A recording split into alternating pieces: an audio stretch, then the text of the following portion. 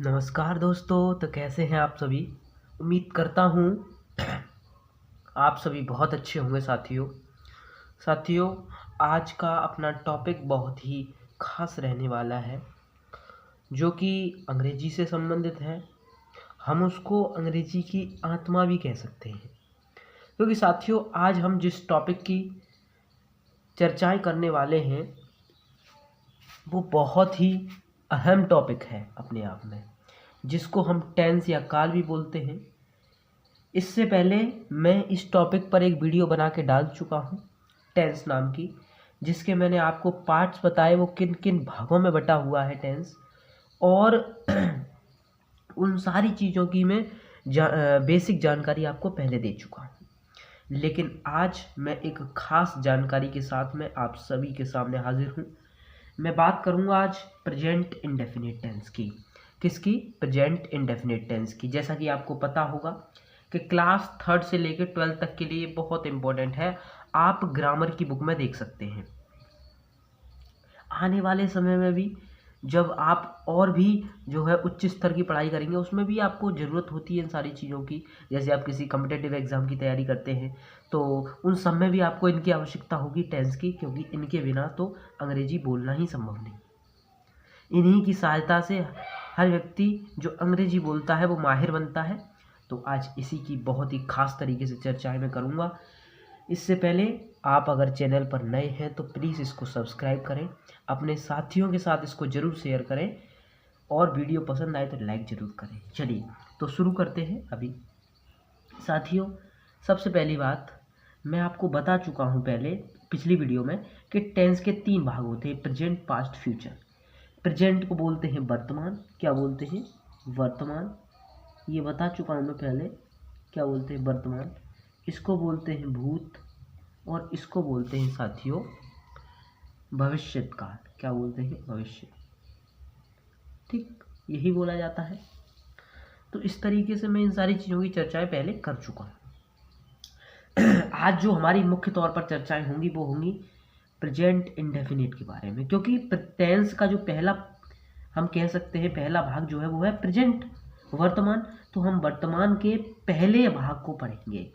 जो वर्तमान है उसके 4 भाग थे, यानी कि प्रेजेंट के 4 भाग थे: present indefinite tense, present continuous tense, present perfect tense और प्रेजेंट परफेक्ट कंटिन्यूस टेंस। तो today we will be discuss about present indefinite tense, यानी कि आज हम जो है वो प्रेजेंट इंडेफिनिट टेंस के बारे में बात करेंगे। ये होता क्या है, इसकी असली हकीकती पहचान क्या है, वो सारी चीज़ें आज अभी हम डिस्कस करने वाले हैं। तो चलिए शुरू करते हैं, आगे बढ़ते हैं। यहाँ पर आप देख सकते हैं कि प्रेजेंट इंडेफिनिट टेंस, मैंने इसकी पहचान बना के तैयार की है, इसके नियम भी लिखे हैं जिससे आपको आसानी हो समझने में, और इसके साथ साथ मैंने कुछ उदाहरण भी सेट किए हैं जिससे आपको समझने में बहुत आसानी हो जाए। ठीक है साथियों, चलिए आगे बढ़ते हैं। देखिए पहचान क्या है। जिन वाक्यों के अंत में ता है, ती है, ते है, ता हूँ ऐसे शब्द अगर देखने को मिले तो वे प्रेजेंट इंडेफिनिट टेंस कहलाते हैं या उनकी पहचान कराते हैं।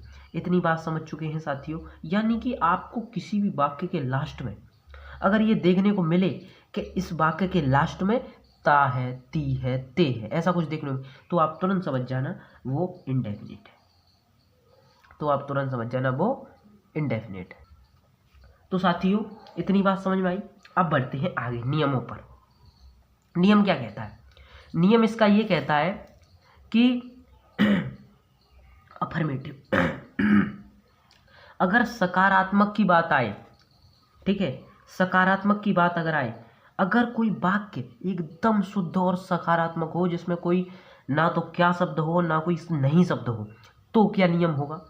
तो एक वचन की अगर मैं बात करूं, एक वचन में साथियों यहाँ पर आप देख सकते हैं सब्जेक्ट, जिसको कर्ता बोला जाता है। हिंदी में क्या बोला जाता है? कर्ता। मैं एक बार हिंदी में भी लिख ही देता हूँ उसे, क्या बोलते हैं? कर्ता। ठीक है, कर्ता बोलते हैं। ठीक है, सिंगुलर नियम की बात कर रहा हूँ। वर्ब को तो आप जानते ही हैं, इसको क्रिया बोला जाता है, और ऐसे ही ऐसे इसमें इस्तेमाल होता है ये वाला। और ऑब्जेक्ट मतलब होता है आपका कर्म। क्या होता है? कर्म। ठीक है। अच्छा, अब चर्चाएं करते हैं आगे की कि सकारात्मक भैया, आपने कहा भैया सकारात्मक जो है उसमें ना तो कोई नहीं शब्द है और ना कोई कुछ और शब्द है, तो सब्जेक्ट प्लस वर्ब की फर्स्ट फॉर्म और S I S plus object etc, ये नियम है। मैंने कहा हाँ बिल्कुल, एक वचन का यही नियम है। ठीक है, इसमें एस आई एस जुड़ जाता है बस क्रिया के साथ। अब वो कैसे जुड़ेगा उसका उदाहरण मैं आपको भी दूंगा। ठीक है, आगे जब आपको सारे नियमों को समझा दूंगा। ठीक है, जो इन नियमों को देख लेगा वीडियो को बिना स्किप किए, तो वही इन सारी चीज़ों को समझ जाएगा और कुछ नहीं है।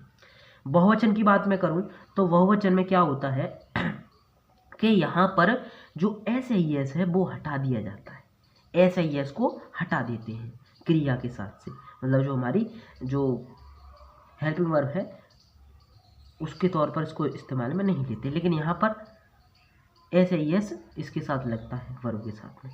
लेकिन यहाँ subject verb plus object plus etc, यहाँ से एस आई एस जो होगा, जो मुख्य क्रिया होगी उसके साथ से हटा देंगे। बात समझ चुके हैं?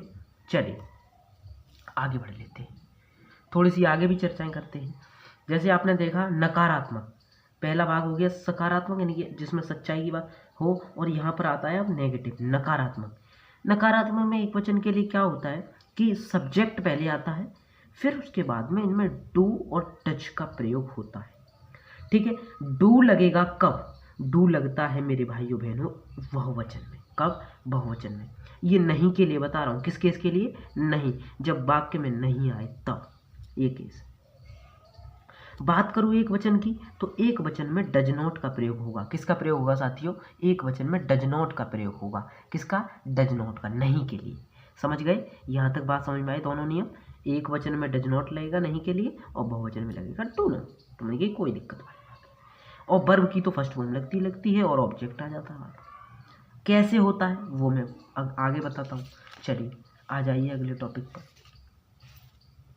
देखिए, वीडियो को ज़्यादा लंबा नहीं करूँगा मैं, और सारी चीज़ों को एकदम बारीकी से बता के और तुरंत से इस पार्ट को ख़त्म कर देंगे। ये वीडियो आपको कई पार्ट में मिलेगी, क्योंकि अगर ज़्यादा मैं एक ही में सारी चीज़ों को एक्सप्लेन करूँगा तो समय लगेगा, इसीलिए हम छोटे छोटे पार्ट्स में इसको डिवाइड रखेंगे। ठीक है, चलिए इंटेरोगेटिव। इंटेरोगेटिव क्या है साथियों? देखिए, इंटेरोगेटिव को हम बोलते हैं प्रश्न सूचक। ऐसे वाक्य जो प्रश्न की सूचना देते हैं, जहाँ प्रश्न पूछा जाता है। ठीक है, वो प्रश्न सूचक है।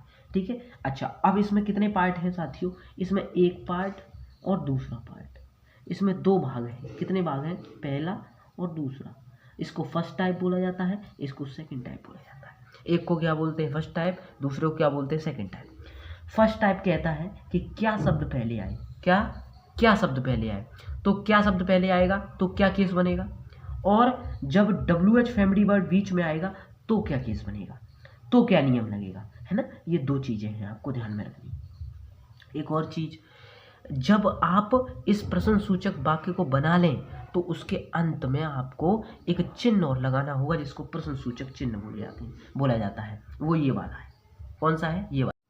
हाँ तो साथियों, अब चर्चा कहाँ पर चल रही है कि जो एक वचन है, एक वचन में क्या शब्द जब पहले आता है तो हम लगाएंगे टच। किसके अनुसार? कर्ता, यानी कि सब्जेक्ट के अनुसार। अगर सब्जेक्ट एक वचन है तो यहाँ पर पहले लगेगा टच, और अगर यहाँ पर सब्जेक्ट यानी कि बहुवचन है तो यहाँ लगेगा डू। ठीक है, ये बात समझ गए।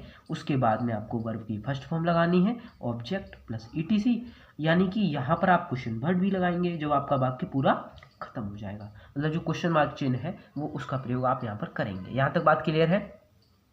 अब बात को आगे बढ़ाते हैं दूसरे पार्ट में। दूसरे टाइप में क्या है? दूसरा क्या प्रकार है इसका? अगर WH वर्ड बीच में आए तो क्या होगा, यानी कि ऐसे शब्द जिनकी शुरुआत जो है वो कहाँ से होती है साथियों? जो WH से होती है। वाई, वैन, वॉट, ठीक है, और हु, हाउ, ये सारे क्या हैं? ये सारे के सारे WH फैमिली के वर्ड हैं। ठीक है, जैसे यहाँ पर आप देखिए, अगर, एक बात और, यहाँ भी वही कंडीशन अप्लाई होगी कि अगर सब्जेक्ट एक वचन है तो आपको यहाँ पर टच लगाना है, और सब्जेक्ट अगर बहुवचन है तो आपको यहाँ पर डू लगाना है। उम्मीद करता हूँ यहाँ तक समझ में आया होगा। समझ में आ गया? अच्छा, अब बात करते हैं नोट नंबर दूसरे की। एक बात याद रखना, मैंने आपको बता दिया है कि इनमें प्रश्न सूचक चिन्ह का प्रयोग करना है। ठीक है, दूसरी बात आपने कही भैया अगर इन किसी भी वाक्य में नहीं आ जाए तो क्या करेंगे। मैंने कि करना कुछ मत, इतना करना है कि ये जो सब्जेक्ट है, सब्जेक्ट के जस्ट बाद में नोट लगा देना बस। अगर किसी वाक्य में इंटरोगेटिव वाले में अगर नहीं आ जाए तो, अगर इसमें भी ऐसा हो तो सब्जेक्ट के तुरंत बाद नोट लगा देना बस, और कुछ मत करना। तुमने कि ठीक है, यहाँ तक बात पूरी पक्की हो गई, नियम भी सारे समझ में आ गए। अब बात आई भैया कि उदाहरण क्या है इसके, कैसे हम इसको समझेंगे। तो सबसे पहला उदाहरण हम लेते हैं कि राजा घर जाता है। राजा घर जाता है, नॉर्मल है। तो सबसे पहले राजा है कर्ता, तो कर्ता की राजा की आएगी पहले राजा, ठीक है। दूसरे नंबर पर आएगा भैया हमारा क्या, नियम के अनुसार। देखिए नियम क्या था, मैं नियम दिखाता हूँ आपको। देखो यहाँ पर आप देखिए, यहाँ देखिए सब्जेक्ट था कर्ता, दूसरे पे क्रिया आएगी, तो क्रिया कौन सी है, जाना, जाता है। एक बात और यहाँ भी समझिए कि ता है, ते हैं, ते हूँ, ठीक है, ते हैं, ता है, ती है। मैंने ये आपको बताई थी पहचान, बिल्कुल यही आ रहा है, कुछ अलग आ रहा है, कुछ नहीं आ रहा भैया, बिल्कुल सही समझ में आ रहा है हमारे, हमें कोई दिक्कत नहीं। चलिए अब देखिए राजा, जाना की क्या आएगी, गो, ठीक है। मैंने क्या कहा, एक वचन में ऐसे ही एस लगाओगे, तो यहाँ पर आपको लगाना होगा इसके साथ ई एस, क्योंकि पीछे ओ आ रहा है, तो यहाँ पे आपको ई एस। टू, एक स्थान से जब दूसरे स्थान पर कोई व्यक्ति जा रहा है तो यहाँ पर कुछ ना कुछ दूरी है, तो जब दूरी होती है तो वहाँ पर आपको उस हिसाब से चीज़ों को प्रयोग में लेना है। जैसे टू घर की आएगी नंबर 3 पर, नंबर 3 ये कर्म है, तो होम। ये वाक्य हो गया कंप्लीट। दूसरे वाक्य की ओर बढ़ते हैं। दूसरा वाक्य है बे की आएगी भैया यहाँ पे दे, बे की क्या आएगी, दे, दे, बिल्कुल नॉर्मल है। अच्छा अब क्या आएगा, आपने कही भैया यहाँ पे तो ये तो बहुवचन है, मैंने कि ये तो बहुवचन है भैया, प्लूरल है, यानी कि ये क्या है, बहुवचन। जब बहुवचन आएगा तो आपको एक चीज़ गलती नहीं करनी है कि अगर जो हमारी क्रिया है उसके साथ अगर यहाँ पे ये बहुवचन है तो यहाँ पर आपको ऐसे ही ऐसे बिल्कुल नहीं लगाना, ठीक है। तो क्या करेंगे, दे कम, नंबर 1 इसकी, नंबर 2 इसकी, नंबर 3 इसकी, तो कम फ्रॉम विलेज, क्या आ जाएगा मेरे भाइयों बहनों, विलेज। ये हो गया पूरा। अब बात करते हैं अगले की, 2 हो गए कंप्लीट, एकदम समझ में आया यहाँ से, दे कम फ्रॉम विलेज।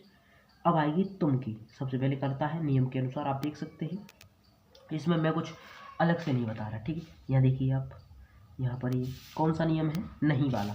नकारात्मक में आप देखेंगे सब्जेक्ट आएगा, फिर एक वचन के लिए आएगा भैया यहाँ पे डज, और बहुवचन के लिए आएगा डू, ठीक है, डज नॉट और डू। तो यहाँ देखिए आप, यू क्या है, यू है भैया बहुवचन, यहाँ आएगा डू और नोट, ठीक है भैया। खरीदना की वी यू बाई, खरीदना हो गया, और क्या खरीद रहा है भैया, तो वो खरीद रहा है द बुक या ए बुक, ठीक है। चलिए ये भी हो गया कंप्लीट, यहाँ पे हमें कोई दिक्कत समझने में नहीं आई, यहाँ तक सही है। अब बात आती है प्रश्न सूचक की, प्रश्न सूचक ये तो कंप्लीट हो गया, ये वाली चीज़ कंप्लीट हो गई। अब बात करते हैं आगे, देखिए यही वाला आ गया अब इंटरोगेटिव। यहाँ देखिए आप, पहला कौन सा टाइप है, ये फर्स्ट टाइप है भैया। यहाँ पर अगर फर्स्ट टाइप है तो नियम के अनुसार आपको यहाँ पर पहले डू और डच चुनना है। अगर बहुवचन आ जाए तो यहाँ डू आएगा, फिर करता, देखिए करता, फिर पढ़ना यानी कि रीड, यानी कि क्रिया है ये नियम के अनुसार। देखिए सब कुछ नियम के अनुसार बता रहा हूँ, बिल्कुल नियम के अनुसार। रीड द, और पाठ की क्या है मेरे भाइयों बहनों, लेसन। आई होप आपको यहाँ तक समझ में आया होगा। तुरंत से क्वेश्चन मार्क चिन्ह लगा दो, क्वेश्चन मार्क जो चिन्ह है, ठीक है। चलिए अब क्यों शब्द बीच में है, तुमने कि अच्छा ये तो सेकंड टाइप, मैंने कि बिल्कुल, क्यों शब्द बीच में है, बीच में आ गया तो अब क्या करेंगे, क्यों को क्या लिखते हैं, क्यों को लिखते हैं हम WH बाई, तो ये हमने लिख दिया WH बाई, ठीक है। अब क्या लगाएंगे भैया, अब तुरंत से देखो क्या है, एक वचन बहुवचन, तो यहाँ पे भैया ये है एक वचन, तो यहाँ लगेगा डज, मैंने कि बिल्कुल डज लगाओ, बिल्कुल डज लगाओ यहाँ पे, वाई डज, ठीक। अब आएगा भैया करता, देखो ये रहा करता, करता क्या है, मुकेश नंबर 1, मुकेश। जाना की क्या आएगी भैया, गो टू, और घर की मतलब 3 नंबर हमारा जो है कर्म, जिसको हम ऑब्जेक्ट बोल रहे हैं, ऑब्जेक्ट को हम लिखेंगे टू, क्वेश्चन मार्क। उम्मीद करता हूँ यहाँ तक समझ में आया होगा एकदम बेहतरीन तरीके से। एक और एग्जाम इसी तरीके से आपको सारे बनाने हैं, इसमें कोई अलग चीज़ नहीं है, ठीक है, सब कुछ इसी तरीके। अगला छठा वाक्य देखिए, बीच में आ गया कैसे शब्द, बीच में आ गया कैसे, तो हाउ लिखते हैं, कैसे को क्या लिखते हैं, हाउ, HOW, तो ये देखो हाउ, ठीक। फिर एक वचन और बहुवचन का ध्यान रखना है।